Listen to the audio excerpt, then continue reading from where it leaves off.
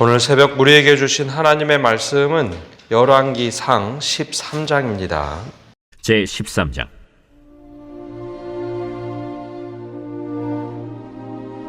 보라, 그때 하나님의 사람이 여호와의 말씀으로 말미암아 유다에서부터 베델에 이르니 마침 여로보암이 제단 곁에 서서 분향하는지라. 하나님의 사람이 제단을 향하여 여호와의 말씀으로 외쳐 이르되, 제단아, 제단아, 여호와께서 이와 같이 말씀하시기를 다윗의 집에 요시아라 이름하는 아들을 낳으리니 그가 내 위에 분향하는 산당 제사장을 내 위에서 제물로 바칠 것이요 또 사람의 뼈를 내 위에서 사르리라 하셨느니라 하고 그날에 그가 징조를 들어 이르되, 이는 여호와께서 말씀하신 징조라. 제단이 갈라지며 그 위에 있는 재가 쏟아지리라 하매 여로보암 왕이 하나님의 사람이 베델에 있는 제단을 향하여 외쳐 말함을 들을 때 제단에서 손을 펴며 그를 잡으라 하더라.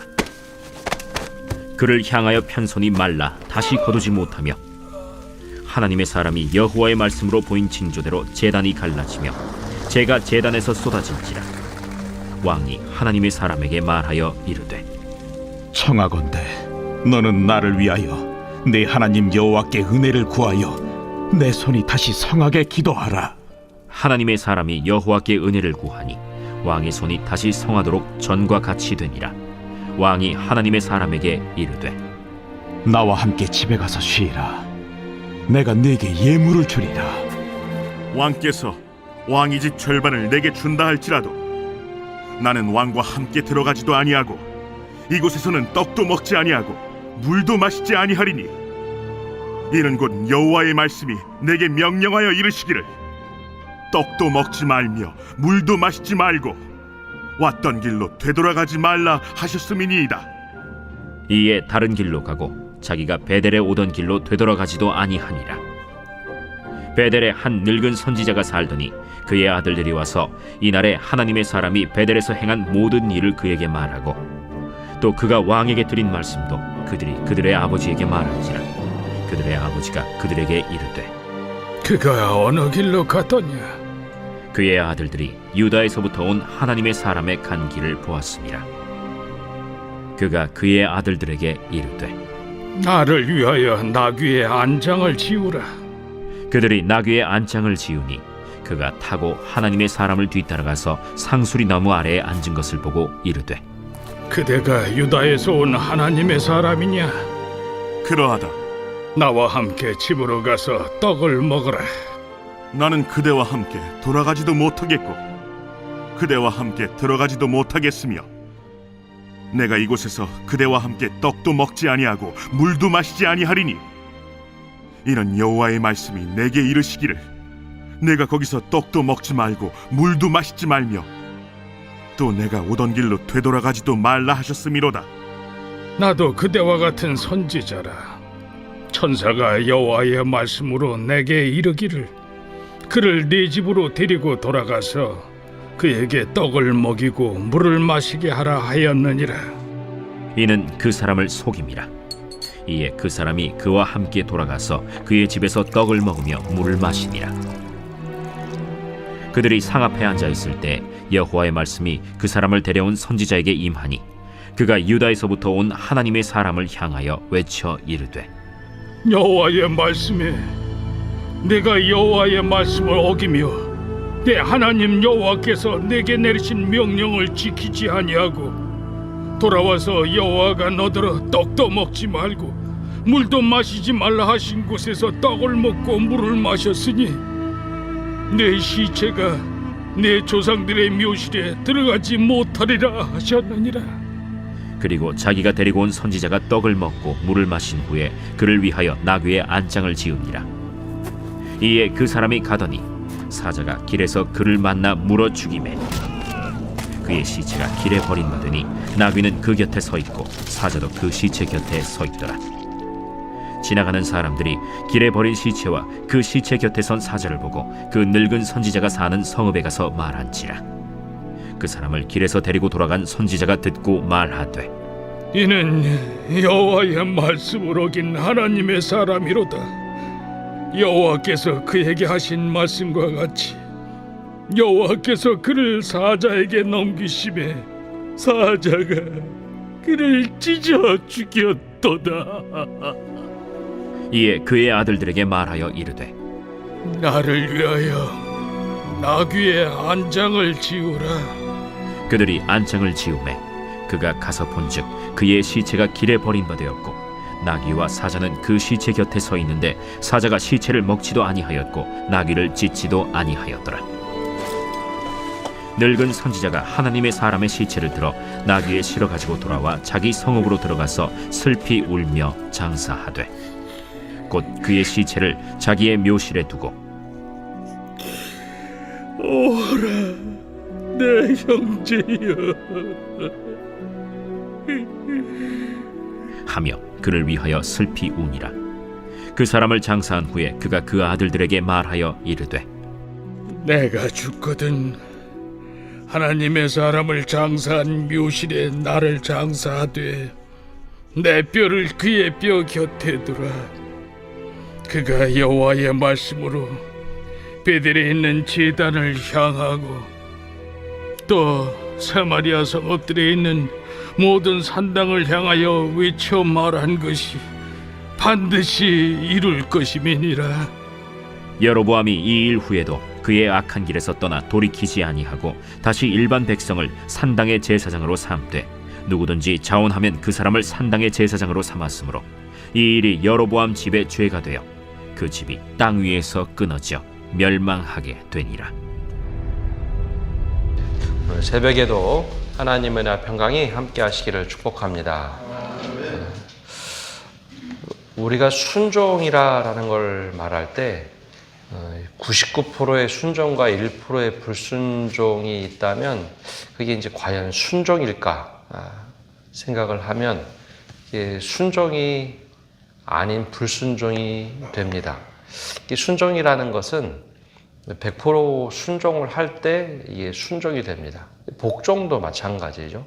군대에서 명령을 내렸는데 내가 이게 다 따를 수 있는데 이것만 따르지 못하겠다. 그러면 이건 불복종이 됩니다. 하나님 앞에서 이제 순종한다는 것이 어떤 것인지 오늘 말씀에 잘 나와 있습니다. 오늘 말씀에는 한 선지자에게 하나님께서 명령을 하시죠. 이 베델로 가서 하나님의 말씀을 전하라. 어제 말씀 끝에 보면 이 여로보암이라는 북이스라엘 최초의 왕이 사람들이 예루살렘에 올라가서 즉 하나님의 성전에 가서 예배를 드리다 보면 이 북이스라엘로 새로 세운 10지파의 동맹 국가가 무너질 수 있겠다라는 생각을 합니다. 원래 이제 예루살렘에 있는 성전은 유다 지파에 있는 땅입니다. 그래서 그곳에 가서 사람들이 예배를 드리다 보면 북쪽으로 갈라져 있는 이제 북이스라엘의 나라가 흔들리지 않을까 걱정을 하죠. 그래서 베델과 단에 금송아지를 만들고 그곳에서 하나님이 여기 계시니 여기서 예배하자. 그리고 제사장들도 일반인들 가운데 세워서 뽑아놨습니다. 이제 북이스라엘과 남유다가 처음에는 영토로 나눠졌지만 두 번째로는 종교적으로도 신앙적으로도 갈려지게 됐죠. 우리나라와 북한과 갈라졌던 전쟁은 일어나지 않았지만 초창기에 갈라졌던 그런 심리적 단절 상태입니다. 그때 하나님께서 한 사람, 즉 선지자를 불러서 너 베델로 가라. 베델로 가서 명령을 하십니다. 그러니까 우리나라로 얘기하면 북쪽에 가서 하나님의 말씀대로 전하라라는 거죠. 이게 쉽지가 않은 겁니다. 그래서 유다에서, 즉 나라는 갈라졌지만 유다에서 활동하던 한 선지자가 북이스라엘 지역인 베델, 그것도 베델이라 하면 조금 전에 말씀드린 것처럼 금송아지 제단을 놓은 그곳으로 찾아갑니다. 그래서 베델에 가서 딱 보니 마침 여로보암 왕이 베델에서 분향을 하고 있었죠. 그 모습을 보자마자 어떤 마음이 들었을까요? 이 하나님께 철저하게 붙들렸던 한 선지자의 입장, 즉 하나님의 사람의 입장에서 보기에는 저건 말도 안 되는 일을 하고 있는 거죠. 하나님께 예배하는데 금송아지를 가져다 놓고 예배를 드리고 있습니다. 그래서 그 하나님의 선지자, 하나님의 사람이 그곳에서 아주 크게 외치기 시작합니다. 2절에 보면 이렇게 기록되어 있죠. 하나님의 사람이 제단을 향하여 여호와의 말씀으로 외쳐 이르되 제단아 제단아 여호와께서 이와 같이 말씀하시기를 다윗의 집에 요시야라 이름하는 아들을 낳으리니 그가 내 위에 분향하는 산당 제사장을 내 위에서 제물로 바칠 것이요 또 사람의 뼈를 내 위에서 사르리라 하셨느니라 하고 이 말씀, 이게 예언의 말씀입니다. 하나님께 붙들려서 하나님께서 원하시는 메시지를 정확하게 하는데 이것은 여로보암 왕을 저주한 것이 아니라 제단에게 했던 얘기입니다. 제단 그러면 우리가 상상이 되지 않는데 이 제단은 굉장히 큰 대리석으로 만든 제단입니다. 이 제단이 부서질 리가 없죠. 지금까지도 이 제단이 단이나 베델에 남아있는 제단이 있습니다. 부서질 리가 없는데 이 하나님의 사람이 이 제단을 향하여 하나님의 말씀을 명령하죠. 다윗의 일가 중에 요시야가 나올 것이다. 요시야라 이름하는 왕이 남유다의 16대 왕입니다.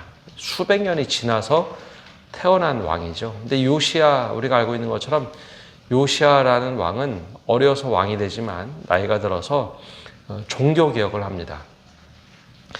남유다의 잘못된 모든 것들을 다시 개혁하는데 바로 그때 이 베델에 있던 이 산당을 다 없애버리죠. 이 산당을 제거했던 왕 중에 2명 중에 한 명이 바로 이 요시야 왕입니다. 하나님의 말씀이 수백 년이 지나서 그대로 이루어지더라라는 것이 열왕기하 23장에 가면 아주 자세하게 나옵니다. 그 당시에 수백 년이 지나서 이루어질 말씀이긴 하지만 굉장히 두려운 말씀이죠. 여로보암은 이제 이 제단을 만들고 얼마 되지 않아서 분향하고 있었는데 이런 말씀을 하니 얼마나 두려웠겠습니까? 그런데 여기서 끝난 것이 아니라 여기에 그러면 그 징조가 있을 것인데 여호와의 말씀의 징조는 제단이 갈라지고 그 위에 이제 뭐 동물 제사를 드리다 보니 그 위에 재가 있을 거 아닙니까? 그 재가 땅바닥으로 쏟아질 거다. 대리석이 쪼개지는 일이 없을 텐데 대리석이 쪼개지고 그 재가 쏟아질 것이다. 근데 이 말을 하자마자 여로보암 왕의 입장에서는 베델과 단에 제사할 수 있는 곳을 잘 만들어 놨는데 선지자가 그 말을 하니 두렵고 막 걱정이 되고 하니 사람들을 뭐 부르기도 전에 자신이 먼저 이것 좀 그러면 안 된다고 손을 딱 펼쳤는데 손이 말라버립니다. 그리고 나서 바로 하나님께서 말씀하신 징조가 그대로 나타나죠. 이 제단이 부서져 버립니다. 근데 여로보암 왕이 너무 두려우니까 선지자에게 내 손을 좀 하나님의 은혜로 치료하여 달라. 기도하면서 바로 치료가 됩니다. 이 과정을 보면 하나님의 사람이 얼마나 하나님께 붙들려 있는지 자세하게 나옵니다. 하나님의 말씀대로 넘어가기 힘든 나라, 지금 갈등이 최고조로 치달아 있는 북이스라엘, 그것도 신전처럼 만들어 놓은 베델에 가서 이 말씀을 하죠. 그 모든 정황을 보면 하나님의 사람이 얼마나 하나님의 말씀대로 순종하고 있는지 잘 보여줍니다. 그래서 여로보암이 그 이야기를 더 듣고 싶어서 그럼 우리가 어떻게 해야 될지 우리가 함께 가서 좀 이야기 좀 하자. 먹을 거 제공하겠다라고 하자. 이 선지자가 얘기합니다. 거기서 물도 마시지 말고 함께 가지도 말고 베델에서 다시 유다 땅으로 돌아갈 때도 그 왔던 길로 그대로 가지 말고 다른 길을 통해서 유다로 돌아가라. 하나님께서 나에게 그렇게 말씀하셨으니 내가 그것을 따를 수밖에 없다. 그러면서 다른 길로 돌아가기 시작합니다. 철저하게 하나님에 붙들려 있던 하나님께 순종하는 사람. 그런데 이 베델에 또 다른 늙은 선지자 한 사람이 있었습니다. 근데 이 사람이 아들들에게 이 일어났던 모든 일을 다 듣게 되죠. 그래서 그 사람을 만나고 싶어서 아들들에게 이야기하고 나귀를 타고 돌아가던 베델에서 고향으로 돌아가던 선지자를 찾아갑니다. 여러 가지 이야기로 막 설득을 하고 나와 함께 같이 가자라고 했는데 하나님께서 물도 마시지 말고 돌아가지도 말고 어떤 것도 타협하지 말라라고 했다라고 대답을 하죠. 근데 이 늙은 선지자가 좀 거짓말을 합니다. 이게 왜 그런 거짓말을 했는지 모르지만 하나님의 천사가 와서 나에게 당신을 대접하라고 했다고. 근데 여호와의 천사가 나를 그렇게 데려가라라고 했다라는 말 한마디에 지금까지 아주 굳건하게 지켰던 그 하나님의 말씀 지키던 하나님의 사람이 그 이야기에 덥석 잡고 이 늙은 선지자의 집으로 찾아갑니다. 한참 밥을 먹고 있다가 이 늙은 선지자 위에 하나님의 말씀이 임합니다. 분명히 자기가 하나님의 천사가 이야기하셨다라고 해서 자기 집으로 데려갔는데 하나님의 말씀이 그 늙은 선지자에게 임하자마자 이런 말을 하죠. 너는 왜 돌아가지도 말라고 했는데 돌아가고 음식을 먹지 말라 했는데 음식을 먹고 너는 왜 불순종을 하느냐. 우리가 생각에는 하나님의 말씀대로 순종을 해서 가기 힘든 베델로도 올라가고 거기에 왕이 있어서 왕 앞에서 저주의 말씀을 퍼붓기도 참 어려운데 이 제단이 무너질 것이고 요시아가 와서 여기서 제사를 지내는 제사장은 그 위에 불살라질 것이고 하는 말을 다 하고 거기 징조까지 다 이야기했던 선지자인데 하나님 말씀 너무나 잘 순종했던 사람인데 반대입니다. 지금은 하나님의 말씀을 따르지 않는 그런 사람이 되어버렸죠. 그 한마디에 이 선지자가 하나님의 사람이 기겁을 합니다. 그런데 하나님의 말씀이 멈추지 않죠. 너는 그래서 시신이 네 고향 집으로 선조들에게 돌아갈 수 없다. 무엇을 말할까요? 여러분 영적 긴장을 늦추는 순간이 가장 위험합니다. 과거의 순종 나는 이렇게 열심히 믿음대로 살았다. 그건 과거의 이야기고요. 유혹은 늘 오늘의 유혹입니다. 과거의 유혹이 아니라 오늘 내가 어떻게 사느냐. 내가 믿음대로 어떻게 사느냐. 과거에는 뭐 믿음대로 내가 열심히 살았는데 지금 내가 믿음대로 살지 못하고 있다면 그것은 내가 불신앙으로 사는 겁니다. 과거에 내가 정말 순종하고 최선을 다했는데 지금 하나님과 상관이 없는 삶을 산다면 그것은 지금 내가 믿음 없이 사는 모습이죠. 이 정도쯤이야 뭐 내가 이렇게 헌신도 했는데 이 하나님의 사람 입장에서 보면 국경을 넘어서 적국에 가서 가장 그 사람들이 중요하게 생각하는 번제단, 이 제단 앞에서 하나님의 말씀을 당당하게 선포하고 거기에 물도 마시지 않고 돌아가지도 않고 절대 타협하지 않겠다고 했던 게 불과 하루 이틀 전이었을 텐데 지금은 완전히 불신앙의 사람으로 나락으로 떨어져 붙습니다. 결과적으로 하나님께서 늙은 선지자를 통해서 예언했던 대로 사자의 밥이 되죠. 근데 사자가 희한하게도 사자들은 배고픔은 사냥을 하는 습성이 있습니다. 그래서 그냥 사람을 물어 죽이진 않습니다. 들어가서 먹이로 삼죠. 근데 희한하게도 사자가 그냥 물어 죽이기, 이 하나님의 사람을 물어 죽이기만 하고 가만히 옆에 서 있는 모습을 사람들이 지켜보죠. 근데 그 소식이 이제 늙은 선지자에게 들어가자 늙은 선지자도 너무나 속상한 겁니다. 하나님의 부름을 받아서 살던 사람이 하나님께서 명령하셔서 잠시 테스트를 해봤는데 이 하나님의 사람이라고 생각됐던 사람이 너무나 쉽게 천사들이 그렇게 우리 집에 와서 들어와서 먹어도 된다. 그 말 한마디에 철저하게 지켰던 신앙을 무너뜨렸던 이 선지자가 너무 안타까운 거죠. 데려다가 장사를 지내죠. 근데 하나님께서는 기가 막히게 나중에 요시아 시대에 이 모든 산당을 다 없애버리도록 열왕기하 23장에 그렇게 합니다. 근데 여러분, 베델이라는 곳이 우리가 잘 알고 있는 하나님의 집이란 뜻이죠. 베델, 하나님의 집. 그런데 하나님의 집이 우여곡절을 참 많이 겪습니다. 이렇게 잘못된 산당처럼 금송아지를 놓고 예배를 드리는 곳이 되어버리기도 하죠. 하나님을 제대로 믿지 못하면 하나님의 집이라 나갔던 베델도 이런 전락할 수 있는 곳이 되기도 합니다. 그래서 나중에 호세아는 이곳을 보고 벳아윈이라고 부릅니다. 벳아윈. 악의 집이라는 단어로 부르죠.